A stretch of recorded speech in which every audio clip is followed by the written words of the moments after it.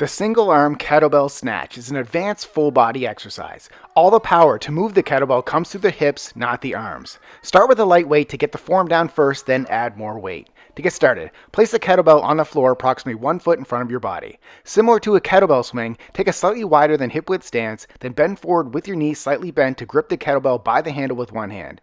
Keeping your back flat, hike the kettlebell behind you, then thrust your hips forward, straighten your knees, and squeeze your glutes hard to power the kettlebell up while keeping it close to your body as you shrug and pull your elbow high into the outside of your body.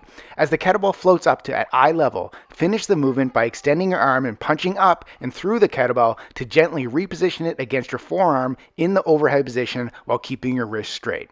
To lower the kettlebell, you can corkscrew your hand to turn your palm up and bend your elbow to lower the kettlebell to the front of your body, or flick your wrist forward as if you're shooting a basketball, then drag it down to the front of your body as your hips go back to get back into the swing position. Immediately complete another rep. Repeat for reps. Subscribe to get a new exercise video every day.